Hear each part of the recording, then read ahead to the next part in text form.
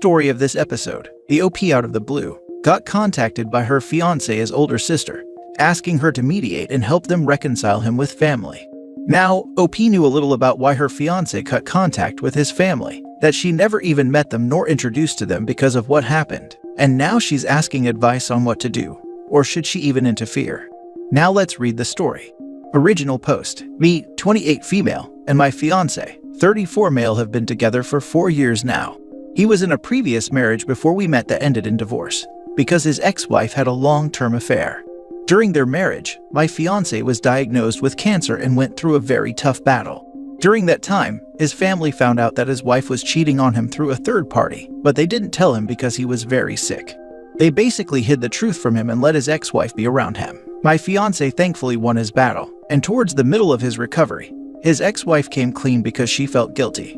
She told him that she wanted to come clean before, but his family convinced her to keep quiet for his sake. My fiancé felt betrayed by both his wife and family. When he got better, he divorced, and eventually moved away from the city that he, his ex-wife, and his family lived in. He very rarely speaks to his family, maybe 2 to 3 times a year, and they tend to be very short and superficial conversations. His relationship with his family is very strained and practically non-existent. I've never met any of his family members for the entire time we've been together. They haven't come to visit, and he hasn't gone to visit them. Today, I received a message on Facebook from what seems to be his older sister. I have no idea how she found me, but she seems to know about my fiancé and I being engaged. Long message short, she asked if I could help reunite my fiancé and his family. She talked about them maybe flying to our city and asked if I could somehow get my fiancé to meet them. I haven't responded to her. I don't know if I should. She explained why they didn't tell him about his cheating wife. According to her, they didn't want to bring any more suffering and pain, which I somehow get. I'm not saying that I agree with what they did or would do something like that, but I also very much get and respect how my fiancé feels. Even before the whole cheating thing, my fiancé said he's had other problems with his family in the past. It seems he's always had a difficult relationship with his family. Basically, I wanted to ask, what do you guys think I need to do? Do I try to help them or do I just ignore his sister's message? I think that sometimes in life we might need others to encourage us into doing something we don't want to because it could ultimately benefit us further down the road. But at the same time, we shouldn't push or force people into doing just anything. Edit: I'm going to tell him about the message regardless. He's coming home later this evening and that's when I'll tell him. I just wanted to beforehand get advice on whether I should encourage him to reconsider the situation if he initially says he doesn't want to do it, or should I not say anything if he says no and drop it forever. Now for the top advice before reading the update. You talk to your fiancé first and let him decide what he wants to do with his family situation. Edit: responding to your edit, I would not try to encourage him to reconnect. His family is still going behind his back to manipulate him. This time they are using you. This is the right answer. My ex's family is super toxic and manipulative. I've never wanted them around my kids, but I had no say when they were with their dad. So over the years, they've had a half-dozen interactions, and all of them were memorable for the kids and not in a good way. Their dad hasn't been in their lives since my oldest was in late elementary school, so they weren't exposed to them after that, and the family didn't reach out. So for 6 years, the kids had no contact with them and they made no effort to contact the kids even though they were 10 minutes away from where we lived. When their grandfather died, their dad's side, the kids were left $100,000 each. And that's when the Facebook messages started, wanting to be in their lives, and talking about how family is so important. I told my kids that it was up to them what they wanted to do, but until they were 18, 15, and 17 at the time, I wouldn't allow them to give anyone money, including myself, because it was left to them for their future. Both of the kids said that they wouldn't forget how they were treated by them when they were younger, and they don't want anything to do with them. I told the ex-in-laws that the kids didn't want to see them. They started trying to get me to make the kids, then they tried to convince me that they were different now. I finally told them that I let the kids read every message they sent, and it was up to them what they wanted to do. They got angry that I let them read the messages. That's when my oldest laughed and said that she knew they were up to something, or else they wouldn't be mad.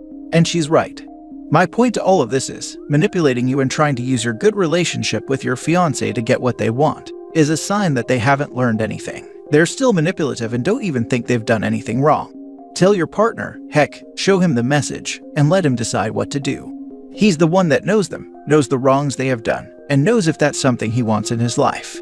He is your partner, not them. He's the one who you share everything with, not them.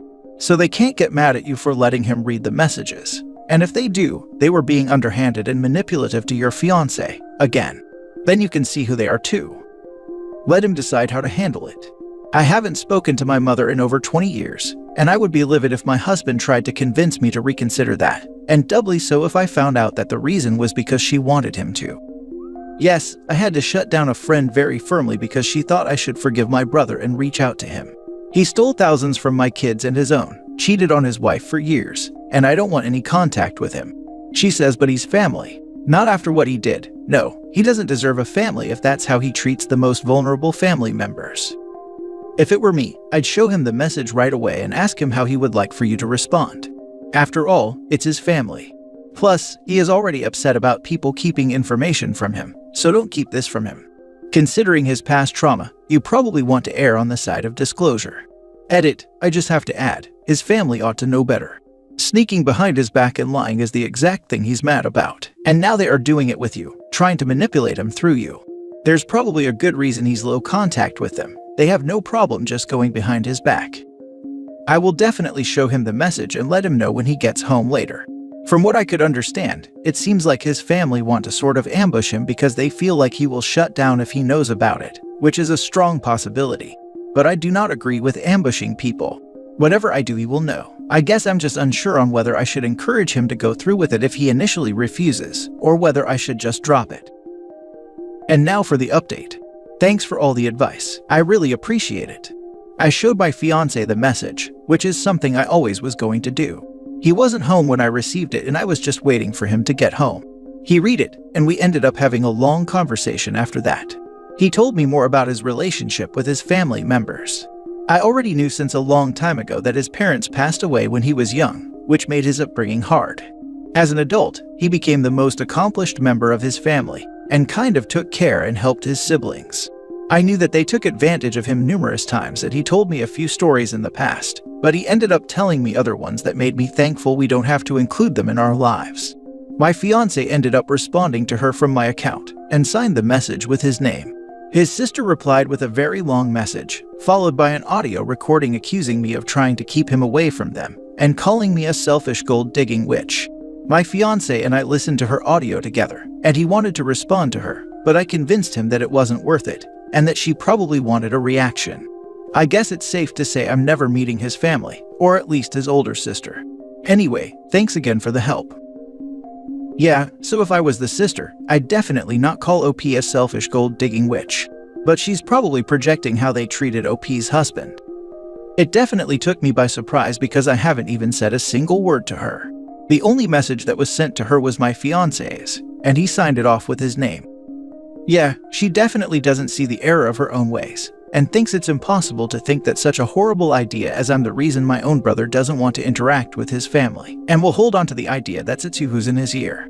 Disgusting behavior, and I hope you don't take anything to heart. Wishing you both the best. The silver lining is that it sounds like you two handled the situation in a way that brought you closer together. You both were able to share feelings, communicate, and get through a difficult time together. That bodes well for your marriage. Why even bother reaching out in the first place if you're just going to go on the offensive? I guess I'm just missing the point, because from his sister's reaction, she had no intention of ever fixing anything between her and her brother. Yes, she wasn't reaching out to apologize, make amends, and mend the relationship. She was reaching out to see if he was over it yet, and things could go back to normal. He's wealthy and had a battle with cancer, and she called the wife a gold digger. Sounds like projection to me, and the sister probably only wants his money. Last story.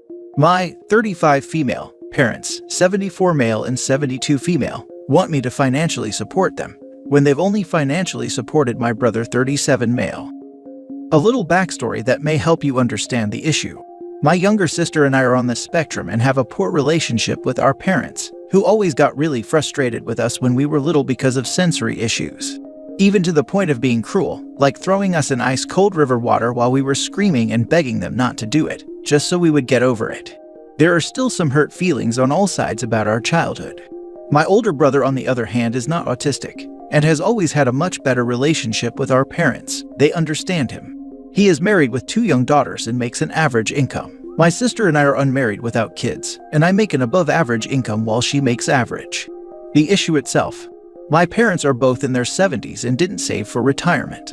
They have always made a lot of money, and I only had a basic understanding of their retirement plan over the years, which was basically to sell their homes and travel around in an RV. I was pretty sure they would have enough to retire, simply because their incomes are so high, but they have been pushing off their retirement for a long time. And now the homes have been sold, and my parents have realized that they do not have anywhere near enough money for the next 20+ years. They are pretty healthy, and have asked me and my sister to help financially support them since we are financially stable and don't have kids. They gave us each a number of what they need each month, and mine is much higher. It's an amount that would affect my own ability to invest for my future. But the main issue here is that, over the years they've given tens of thousands of dollars to my brother. They paid his rent in his 20s while I lived at home because I couldn't afford rent. They gave him a $60,000 down payment for his home, while I am 35 and still renting in a very expensive housing market. They paid off his student loans when he got married. They paid off his older daughter's medical bills from a difficult birth, and up until they retired, were even paying for their groceries online through Instacart. We've discussed this many times, and the reasoning for them not supporting me and my sister is because they said it would be good for us to be independent and learn not to rely on other people, and also because we are not married and don't have kids. And it's true that we are both really happy, functioning adults with good jobs that we love. But my 20s were very traumatic. Working such long hours while going to college and sharing a bedroom with my younger sister was absolutely exhausting. I would come home crying, and they would just roll their eyes and say, "It's just work, everyone has to do it." Except I guess my brother, because he never had a job while he was in college. So, I'm sure you can tell by now that I really resent this, and I told my parents that I would be comfortable supporting them, as long as my brother made some kind of an effort to pay back what he owed them. And using the word "owed" was bad, because they made it very clear that those were gifts that they were happy to give him, not loans, and they wouldn't accept being paid back even if he offered. Now they're very upset with me, and say I'm causing problems with the family and we need to go to group therapy again. I feel like a therapist would definitely side with me in this, or at least understand that it's not my obligation to financially support my parents no matter what. But I would like to try to resolve this situation without it turning into a huge deal.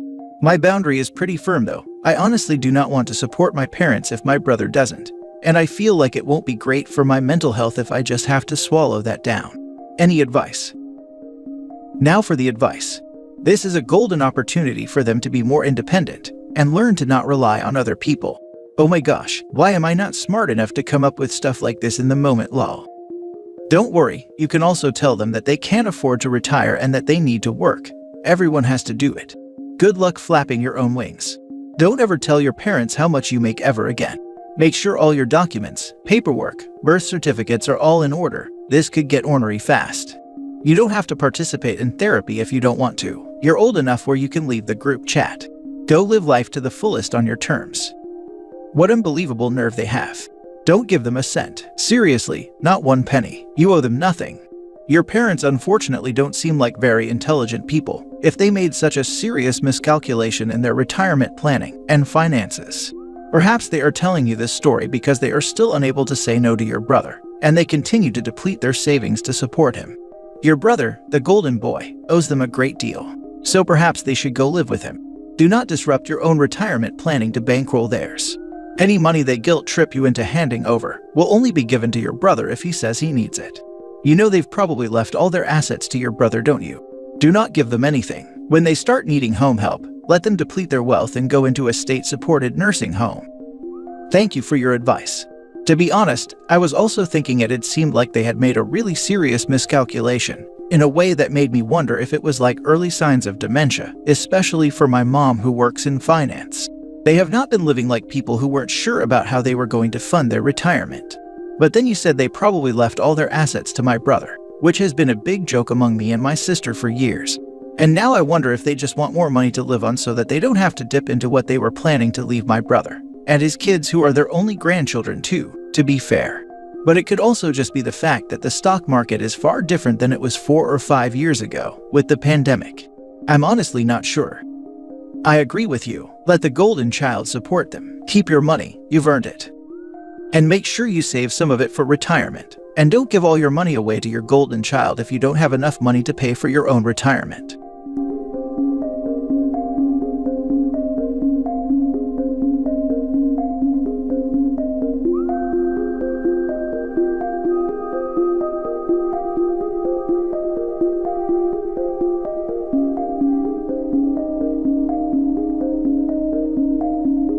asking advice about his ex-girlfriend who dumped him a year back, saying there's just something missing in their relationship, then move on to another guy within a month. Now she calls him asking for refuge because the new boyfriend is a little too handsy with her. Let's read the story. Original post. My 28 male, ex-girlfriend, 34 female, and I were together for about 2.5 years. She broke up with me about a year ago because, according to her, there was something missing in our relationship. I envisioned myself getting married and having a family with her, so the breakup hit me really hard. It also didn't help that she moved on to her next relationship with her current boyfriend only a month after our breakup. It was a very hard time for me, but I was able to get over it by working on myself, and I'm now doing better than ever. A few days ago, I got a call from my ex-girlfriend. It was her basically crying to me and saying that her boyfriend physically mistreats her and has hit her on multiple occasions. I was surprised because this was pretty much the first time she has contacted me since our breakup, so I didn't really know what to say. She then asked me if I could help her by letting her stay with me because they live together. I then asked if she had called the police on her boyfriend, and she answered that she doesn't want to get the authorities involved. I told her that she should call the cops because they are the only ones that can solve her situation. She kept repeating that she didn't want to get the cops involved. She also kept asking if she could stay with me. I told her that I'm in no way going to interfere in this situation of hers. I straight up told her that I under no circumstances will let her stay with me, but that I'm willing to help her contact the authorities to solve the situation. She still kept asking to stay with me and I kept refusing until I hung up the call. There are a few reasons that I didn't want to help her. First off, she is my ex, so truth be told, I don't owe her anything. Second of all, I know for a fact she has other options for housing because her parents and friends live nearby.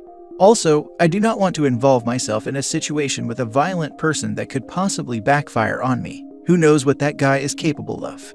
Lastly, I didn't want to help her because she hasn't reported him to the police.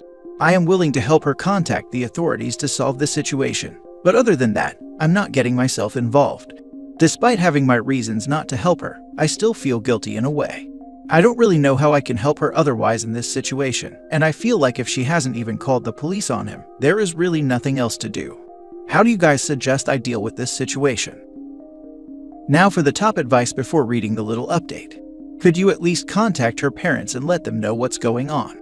There's a good chance she's been isolated from friends and family if her BF is doing this to her. She might have called you as a last-ditch desperate effort to get away. The reason she wouldn't want to get authorities involved is because they will most likely show up, find it hard to determine what happened, give some advice about couples counseling, and then leave her there with him, to where he might retaliate for her calling the authorities. He might even end her. I understand how you don't want anything to do with her, but please at least tell her parents what's going on so they can at least try to help. She's in serious danger right now, and it's bigger than she's my ex, so I don't feel like dealing with it. You're not obligated to house her, but please at minimum contact her parents. This is important. The desire to help is there, or else you wouldn't have posted, but the need to get others involved should be paramount. People like this boyfriend are violent people, and if you are going to take someone in who is being mistreated, as horrible as this is, that fight might find its way to your front door or more. So, an approach where you seek out help for this person, but don't throw yourself in the middle of a melee accomplishes helping them and not hurting yourself. I'm not going to pull any punches here. You feel guilty because the humane thing to do in this situation is give her a place to crash. That being said, you are under no obligation to help her. You're right, you could very easily make yourself a target too. You have to look out for yourself too. What I cannot stand about this post, however, is the belief you seem to hold that she is refusing help because she's not letting you help her call the authorities. Calling the authorities is a great way for her to get herself ended if she doesn't have a safe place to go. Period. Any survivor can tell you there is an exceedingly high chance that he will explain it all away.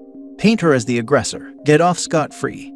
She'll get told to get a restraining order, and then she's going to be stuck in the same house with someone unstable, who is now very, very angry. Getting the authorities involved is something you do after you're safe, or when you're actively on death's door. There is likely no other safe alternative for her. But I would not advise he allow her to stay with him. That puts him at risk physically. Now for the little update. Like most of you suggested, I'll try to get in contact with a close family member of hers and explaining the situation to them. I'll also give her some info to some shelters that could provide her resources. But other than that, I'm keeping myself out of everything. Under no circumstances will I be meeting up with her or anybody in her life physically. I also won't help her out financially in any way. Next story is titled, I want to leave my hometown or maybe the whole country to get rid of my family, but my husband disagrees. Original post. I'm getting all kind of grief because I refuse my family to meet my children. I might just leave the country. About 6 years ago, my female 35, sister's female 25 then boyfriend, male 27 now husband, tried to force himself on me when I crashed on their sofa after a night out because they lived in town and I didn't. I didn't want to commute in the middle of the night because I was scared of being attacked, so I texted my sister and she said I could stay there. I was dozing off when I felt him, but I was very drunk and high and too weak to push him off me successfully. My sister woke up when she heard my cries and came to investigate, but she thought it was something consensual. He then said I seduced him and said she would testify against me if I reported him. She told everyone what I've done, and I lost my whole family. No one wanted to have anything to do with me. My then fiancé, male 44 now husband, was the only one who believed me and he asked me to move in with him because I was getting threats from my sister's boyfriend because I ended up reporting him anyway. The case was dropped because the only witness to what happened stood against me. I tried to reach out to my parents and my 2 other siblings, male 30 and female 27, but they just said they were ashamed of me and that I've ruined their reputation. We live in a small town and I've seen my family sometimes in some public space, but they pretend they didn't see me, and so did I. My husband and I got married a year after that incident, and now I have a daughter over 1 year old and I'm 7 months pregnant with my second. Last month when I was at the mall, I just heard someone yell my name. I was terrified and automatically started running with the stroller because I thought I was being attacked. It isn't unusual that someone yelled profanity at me that knew my sister and her husband. It was my mom, however, accompanied by my middle sister and my aunt, and they managed to catch up and my mother grabbed the stroller and turned it towards her and started touching and kissing my daughter. I freaked out and started pushing her away, but she insisted to see her grandchild because that's her right. She said she's been meaning to reach out when I gave birth and that I was appalling not to ask her and my dad to come see my baby. She's their first grandchild and they had the right. Finally, a cop came to ask what was going on, and I could run away. My parents are now raging a war against me for refusing to let them see my children. They are threatening to sue for custody, while my husband is trying to get restraining order against them. I haven't left our apartment since, because I'm too terrified to meet any of my family again. I was just so confused by the sudden interest in me, and found out that my sister's now husband who tried to do that to me, has 2 other women coming forward. One is a friend of my sister some months before he did it with me, and one from his work 6 months ago. My sister knew and helped him cover it, and now that my family found out, they've dropped her. I told my husband that I want to leave this town and maybe this whole country, and he became very angry and told me that he can't let my past ruin his life anymore, and that I should take responsibility for my crazy family. I understand him, but I can't take it anymore. I have been living in fear and humiliation for so long and I want to move away. The problem is that my friends and even in-laws thinks I'm cruel for depriving my parents and my children the chance to start anew and be with each other. Now for the top advice before the little update. Screw your parents and your family. They didn't believe you when you told them that you were violated. They have zero right to see your child. Live your life with your husband. Move away with him if you can. The most important thing at this point is for you and your husband to be on the same page about this. The 2 of you need to talk it through and decide on what you want to do about everything, and then always have each other's backs. It's a town with 20,000 people. I'm so tired of everything. I'm seen as the loose woman who seduced her brother-in-law. It won't wash out now. What future do my children have? I just wanted to let you know that if they attempt to sue for custody, they will fail miserably. I can't even imagine an attorney taking this case. Assuming you even live in a state, and assuming you're in the US where grandparents' rights exist, the requirement is that they already have an established relationship with the children. Since they have never met your kids, they have no case. And if somehow they are able to take you to court, you have a very good justification and plenty of documentation to prove that you are no contact with them for very good reason. They'd be laughed out of court. You can't take responsibility for someone else's problems. Doesn't your husband care that your crazy family could kidnap or traumatize your children? Also, consider what might happen if your daughter is around your brother-in-law. She doesn't need to become a victim. I have been thinking about fleeing since my daughter was born. As long as it was just me, I felt I could at least ignore the harassment and the reputation. But now all I think of is if my past catches up. What if my daughter found out about my past or my family's past and be bullied? I can't sleep thinking of all that happened and still happening, and people's treatment of me and the way they look at me. It won't change even with the truth. Now for the little update. Thanks everyone for the support. I've shown my husband this post and moving away seems to make more sense to him now. Since I'm too terrified to leave the apartment, I'm going to take my maternity leave earlier. My husband has started applying jobs elsewhere. I'll also find a job easier after I've given birth since I'm a nurse. I finally feel like I could breathe. Thank you again. Now for the last story. Mother-in-law cheated on her husband, stepfather-in-law, and now my wife and I are fighting. My wife and I, both 35, have been together for 10 years. We generally have a great relationship. My mother-in-law and stepfather-in-law have been together for about 15 years. Mother-in-law is not a nice person in general, but the way she treats and talks to stepfather-in-law has always bothered me. I don't like mother-in-law as a person, but have always been kind and friendly with her. About a week ago, stepfather-in-law called my wife and told her that mother-in-law was cheating on him again. Previous time was about 3 years ago and they decided to work through it, and that they are going to separate because he is tired of being treated like this and having to kiss her butt. The main thing he talked about was wanting to keep in touch with us, and that he's still just one phone call away. We've always had a great relationship with him, so this makes perfect sense. I could hear the entire conversation and felt sick to my stomach for stepfather-in-law.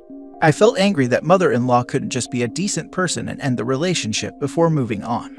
Mother-in-law doesn't know that stepfather-in-law called, or that we know anything. My wife decided that she was just going to sit on the information for a few days and not respond or engage, which I thought was a really good idea. I understand that it's not really our business, even though this information had been thrust upon us. Well, Friday my mother-in-law called, and my wife went into another room and shut the door to have a conversation. I did hear that mother-in-law is still planning a trip to see us this summer, and their house is going on the market when their mortgage comes up for renewal in August. At the end of the call, my wife came out of the room with it on speakerphone. Mother-in-law said, "Hey OP," like she was the cheeriest, happiest person. I gave back a very unenthusiastic hi that I will admit sounded rude. As soon as my wife hung up, she lost it on me. She went to the bedroom and slammed the door about 8 times. I was confused, honestly. So, during the argument that followed, here are some of the key points. Stepfather-in-law is weak and pathetic for airing their dirty laundry, and that it's none of our business. Stepfather-in-law is manipulating us to feel sympathetic towards him, and wife is angry that it worked on me. Wife thinks they're both idiots and is angry at them both equally. Wife thinks we are supposed to pretend we don't know this information. Wife now needs to explain my rude behavior to mother-in-law. Wife thinks I'm making this more difficult on her and that I'm inconsiderate. I honestly thought this was a wild overreaction, especially the part about stepfather-in-law being weak for wanting to talk about what happened.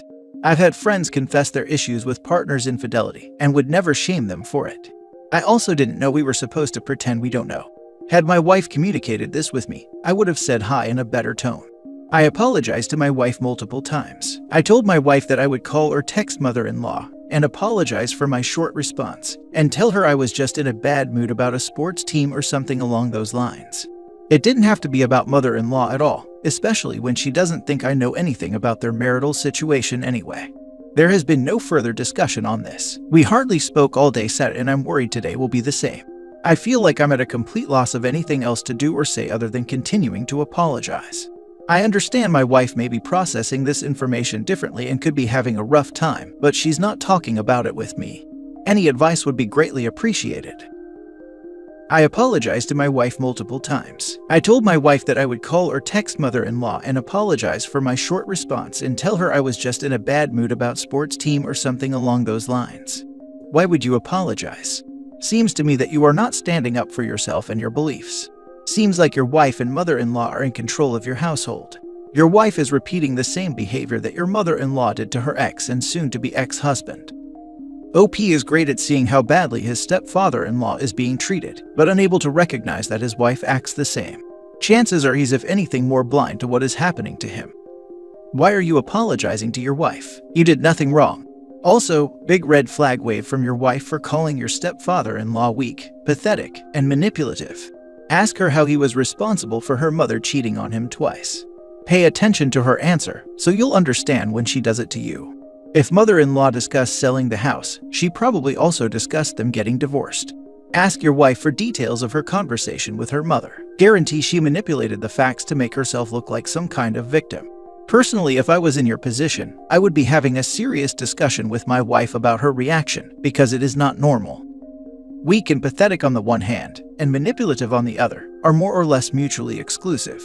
which proves that wife is talking BS here. And I wouldn't apologize more than once. Once is, in this case, more than enough. After that, it's her problem. Please come and talk to me when you're reasonable again.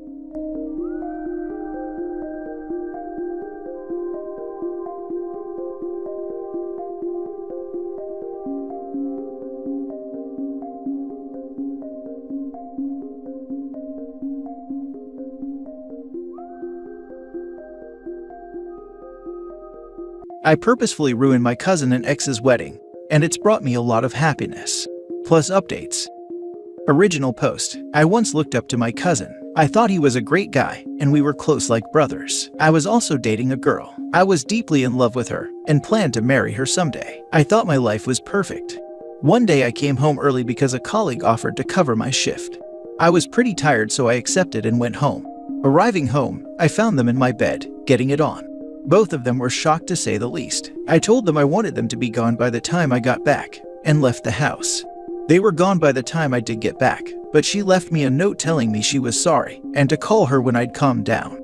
I didn't call her. I texted her saying that I'd gather her things and drop them off at cousin's in a few days, and that she's staying with him now, not me. I followed through with that. It took about a week to transfer everything. Both of them tried to apologize, but I didn't have anything nice to say to them, so I said nothing. I just knocked the door and handed the bags to whoever answered before leaving. My cousin called me multiple times to try to apologize, but I refused to accept it. 3 years have passed since then. I went no contact with them. I didn't bring it up to the rest of my family or any of their friends. I'm not sure why, I just didn't. Then I got a call from a number I didn't recognize, so I answered. It was my cousin. He sounded really happy and was acting like he hadn't destroyed my life. He explained he and my ex were getting married, and he wanted me to be his best man. I was so angry that he had the utter gall to act like nothing was wrong, and lost my temper. I yelled at him and called him names before hanging up. He sent me a text telling me the offer still stood, and if I didn't want to be his best man, then he just simply would not have won. A few days passed by and I had an idea. I texted him back and apologized. I sent a paragraph of BS saying I was still angry, but this could be an opportunity for the three of us to heal and move past it. He was overjoyed and said he'd pay for everything, and he'd help me pick out a suit if I wanted, which I accepted because I sure as heck wasn't going to spend any money on his stupid wedding if I could help it. The wedding day came. I had spent the week prior writing a speech, putting all the negative feelings that had bottled up over the years into words. The wedding was pretty good. I'm sure one of them has some nice well-paying job or something, because they must have spent a decent bit of money on this wedding from how nice it was. Our entire family was there, as was a decent chunk of my ex's family. Eventually the time for my speech came. I just remember feeling really nervous as it built up to it, and my voice kept faltering when I was reading it out, but I didn't and still don't care. At least I got it out. I explained what these two horrible people had done to me. I called them the worst names I could think of, and wished them the worst. Then I left. I was expecting some kind of dramatic moment from all the guests, gasps of shock and all that, but there was none of that. Everyone was silent. On my way home, I got a call from my mother angrily telling me that I'd ruined the wedding, and both of them were so upset, and she asked me why I would do this. I told her that they deserved it for what they'd done to me, and everything I said in this speech was true. She kept defending them, so I swore at her and hung up. Since then, I've gotten several calls and texts from others in mine and my ex's family, angry that I ruined the wedding. I've also received a few texts from people who were there being supportive and telling me they were there if I needed to talk. I'm not sure if I feel better having done this, but it did bring me great catharsis when people were telling me the wedding was ruined. At least now they've felt at the very least a fraction of what they've made me feel. Just a little edit to address some common questions. As far as I'm aware, the rest of the family wasn't aware of her cheating on me. They likely knew we were dating at some point, then we weren't. I've learned from previous incidents that I can't rely on my family for any kind of support, so I've been on low contact with them since I moved out of my parents' house, which is why I didn't mention this to anyone in my family. A lot of people are also asking for the speech transcript. I wrote it in a Google Doc and read it out from my phone. The delivery was kinda lackluster. I sounded like I was going to cry and tripped over my words, but I managed to read it all out. It isn't verbatim what I said, but it's very close as I was reading from this as a general script. Hello everyone. I'm not very good at public speaking, so apologies in advance. It's an honor to be at this wedding, and an even greater honor to be the best man. I was shocked that I was even invited at all, since the last time I'd spoken to the bride and groom was when I'd found them doing it in my own bed. X was my partner at the time, you see, But I don't think she got the memo that when you're dating someone, you don't sleep with their cousin in your partner's own bed. And it wasn't like cousin didn't know we were dating either. Who knows how long this slimy douche was screwing her behind my back? Weeks, months. For those unaware, X and I had been dating for 2 years. I loved her with all my heart and was actually saving up to get a proposal ring. Maybe if X wasn't such a loose woman, cousin would be giving this speech instead, and I wouldn't have been struggling with mental health for 3 years. Anyway, I've heard 50% of marriages end in divorce, and I hope yours is a messy one. From the bottom of my heart, screw you both. You ruined my life, and I will never forgive either of you. Now for the top comments before reading the updates. Lol, that's savage. Honestly, what did they expect you to do? Except the fact that he stabbed that knife in your back and basically causes you so much anguish and hurt. I'm amazed they were stupid enough to invite you. Not just invite him, ask him to be best man. Like when I read the title and started reading, I thought the cousin was marrying some other girl, not OP's ex. I'm happy you ruined their wedding, lol. I got mad reading this. I'm almost impressed at the gall they have to do something so unbelievably awful, evil, and callous. Like they didn't even give a crap. They wanted to rub his face in it, gloat about it, and show it off. Normally I wouldn't condone this type of petty revenge, but in this case, I am 100% for it. Screw them, and while you're at it, screw all the family members who are defending them. Go no contact with every single one of them, if not for the fact that they are defending your horrible cousin and your ex. Go no contact with them for the fact that they saw you were with your ex, saw that you suddenly weren't with her, and then couldn't be bothered to ask for details, and at least check up on you to see how you're doing. That literally takes only a few minutes, very simple text message or anything. If they had done that at least, then they would have known what she did to you. But they couldn't even bother to do that, because they didn't care enough. Screw them all. It's the fact that your cousin had the audacity to ask you to be the best man at his wedding with your ex that cheated on you with him. He's a complete idiot, if nothing else. You don't go from not speaking to each other for years after a conflict or betrayal to asking the person you hurt to be the best man at your wedding. Play stupid games, win stupid prizes. They deserve what they got for hurting you, and then inviting you to their wedding to hurt you even more. The only way this gets worse is if they asked him to be the marriage officiant or something. Be prepared to turn them down when they ask you to be the godfather to their kid or some crap, lol. You sir deserve a drink. Hats off to you. I made sure to help myself to as many drinks as I could before we sat down for the speech. I think the alcohol gave me enough courage to do that in front of my entire family and hers. Now for the first update. Hey, it's been a while, and a lot has happened. I haven't logged into this account other than to look at any messages I've gotten whenever I see the notification in my email. It has helped, and it's good to know that people still think about me all this time later after reading words on a screen. Heck, the most recent private message I got was 4 hours ago as of typing this, and the most recent notification on my post was 10 minutes ago. I haven't responded to any because I don't really know how to begin doing so. I'd feel bad just giving a short thank you, and I'm not really creative enough to come up with over 20 good responses. I do greatly appreciate the supportive words though. Some stuff has happened since the whole mess that was my cousin's wedding. My mom tried to talk to me, said she saw the post I had made. I pushed her away for a few days before finally speaking to her. I'm struggling to find words to describe how things worked out between us. The easiest way to explain it is that we agreed to disagree on whether what I'd done was correct. I got a mix of messages from those who were present at the wedding, some supportive, while some telling me off. I was struggling a lot. I've just gone back to simply functioning like I was before the wedding, after I came down from getting my own back. I don't at all regret what I did, and I still feel satisfied that I got payback. I was making plans to take my own life about a month after the wedding. I hadn't told anyone for obvious reasons, but my mom, uncle, and cousin, same cousin whose wedding I ruined, came to me and told me they'd pay for a private counselor, since the mental health department of the NHS is under-equipped to say the least. I went to therapy, found a counselor who was very helpful, and he taught me a lot. I got diagnosed with PTSD, caused by the discovery of the affair. He's been a big help and has encouraged me to give casual dating a try, to build confidence in myself and get used to rejection as a normal part of life. I signed up to a few dating sites, although I'm avoiding Tinder like the plague. My counselor specifically suggested I stay as far away from Tinder as I possibly can. I've not been very successful in that avenue, but it's pretty much in line with what I was expecting. I've talked to a few people and even got a date scheduled, but she stood me up and ghosted me, which hurt. I'm doing good though, much better. I don't have self-harming thoughts very often anymore. Whenever I'm feeling especially crap, I like to open up this post and read your supportive messages. That's all for now. I'll probably start using this account on a more regular basis, so you may see more of me. I'm sorry for everything you're going through. I hope you know that you deserve to be loved, cared for, respected as a person, and that their actions are not a reflection of you as a person. P.S. And it's okay if you don't want to have a relationship with your cousin and your family members. Most stories on here that are related to OP ruining a wedding all have the same reaction from guests. Some support them and others don't, which is normal, but I feel as if your mother should have been way more supportive of her own child. I always hate reading stories like this. I'm sorry you had to go through such an ordeal. Makes me sick just thinking about if I ever went through something like that myself. You're incredibly strong for being able to keep it pushing for this long. Stay safe, man. So glad you're doing better. One day you will get to the point where when you think about this it will no longer hurt. I had to battle some demons after my ex and his countless infidelities. It takes time, but now when I think back on my ex, it's more of a sigh of relief that I didn't end up with him. God, that would have sucked.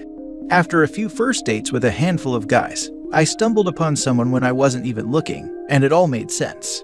Yeah, it was miserable being heartbroken, but I finally found the reason none of the other guys worked out.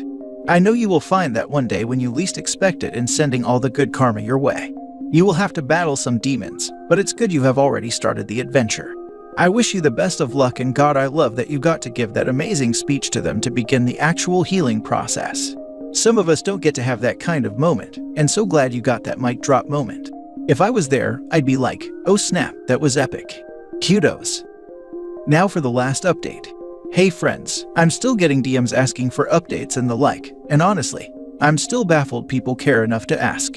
I do read your DMs. I've not responded to any because it's a little overwhelming. I've had over 70 people DM me now, all but 2 of whom were sending me messages of love and support.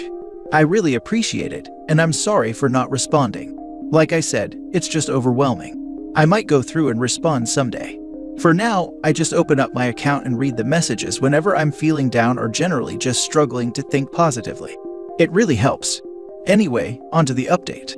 Not a lot to update really. Not had much luck with the dating, so I gave up.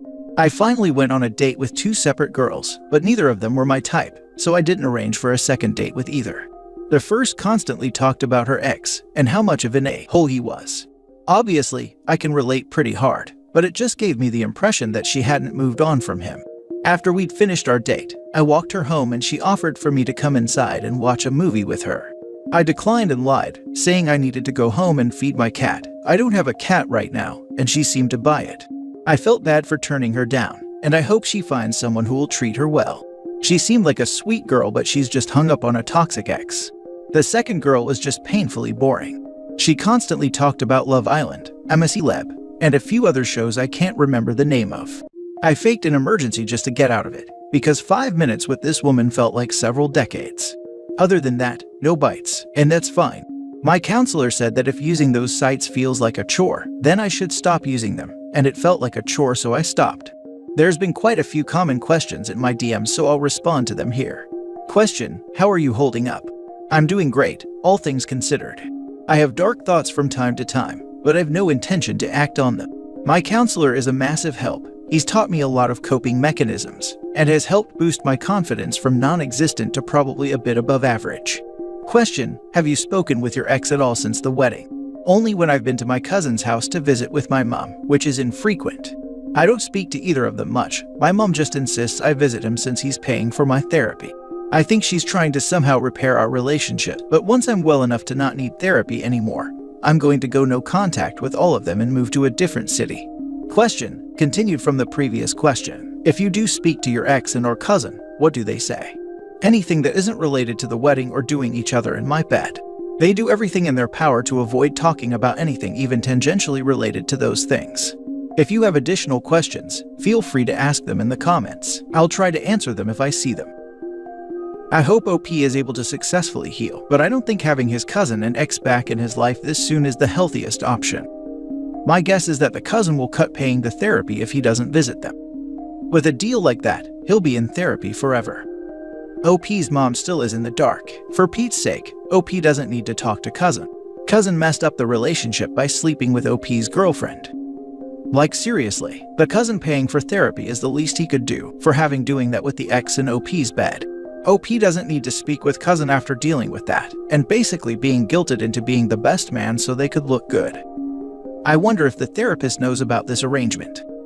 I wonder if the cousin fed the therapist a BS story before paying her, so that the therapy results in a favorable outcome for himself.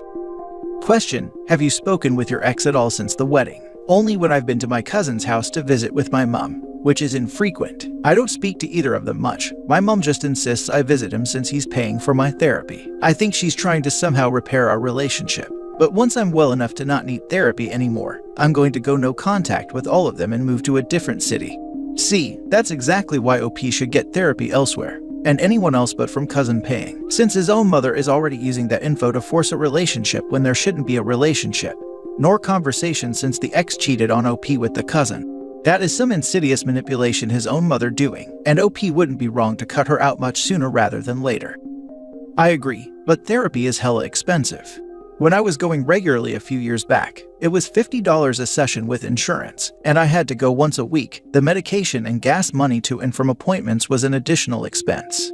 I didn't have a lot of options for therapists, as I had to get someone who could do late sessions.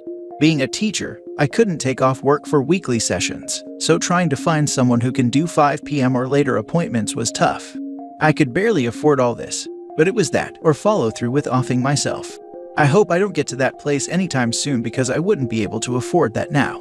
So for the OP, he may not have a choice financially, except to have his cousin pay for it until he works through everything.